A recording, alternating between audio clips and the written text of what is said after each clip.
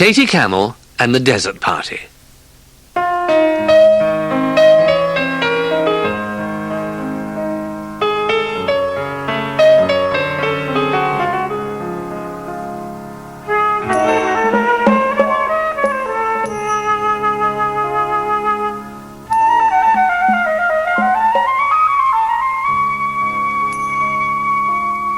Katie Camel was miserable. Everyone had tried to cheer her up, but she still seemed miserable. Little Bear had spent nearly a whole morning standing on his head, trying to make her laugh. Bramble Brown had gone through his entire collection of jokes, and Old Bear had made her breakfast in bed. "Why are you so miserable?" asked Little Bear at last, when he'd stopped standing on his head. "I feel lonely," said Katie as she nibbled sadly at a piece of Old Bear's toast. "I had a lovely dream last night. I dreamed that I was in the desert all night. The sky was full of stars and I was playing in the sand with lots of other camels. And then I woke up," she added sadly, "and I found I wasn't in the desert. I was here, and it's very disappointing when one minute you're in the desert and the next you're not. And one minute there are lots of camels, and the next there aren't." "Yes," said Little Bear, "I expect it is. Never mind, you've got us." Said Katie doubtfully, "but you're not much like camels, are you?" I suppose not," said Little Bear. Little Bear left Katie staring sadly at a picture of a palm tree she'd found in a book, and went to tell the others why she was so miserable. "Oh dear," said Old Bear. "But don't worry, Little Bear, I think I have an idea." He gathered all the toys together and whispered his plan. Soon the whole playroom was a hive of activity.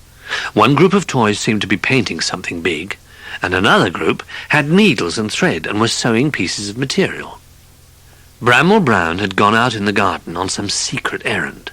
Later on, when Old Bear said everything was ready, they all went to collect Katie. Katie had been so busy being miserable that she hadn't noticed anything going on at all. "Now, Katie, we have a surprise for you," said Old Bear. "But we don't want you to see it until we get you there, so I'm going to blindfold you." Carefully, he pulled a woolly hat down over Katie's eyes, so that she couldn't see where she was going. Then he led her down the stairs and out into the garden. Once there, he said, "All right, you can look now," and he pulled off the woolly hat.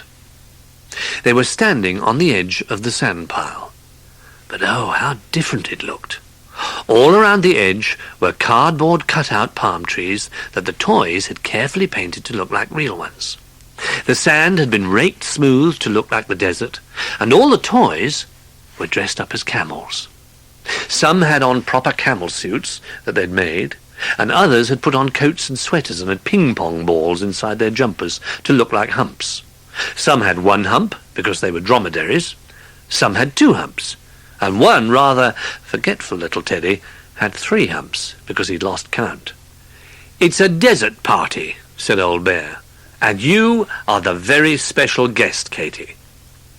Katie stared in amazement at the sand-piled desert and all the teddy bear camels, and then she began to laugh, and soon she was rolling about in the sand laughing. "Oh, Old Bear," she said, when she could find the breath to speak, "this really has cheered me up. How could I mind about a dream now? All my friends are real, and they make wonderful camels." And that night, everyone was very late to bed. They were all out in the sandpit, dancing and singing by the light of the moon and the stars. Katie Camel still sometimes dreams about playing with the camels in the desert, but now the dream doesn't make her miserable. It reminds her of the surprise desert party and all her very kind friends.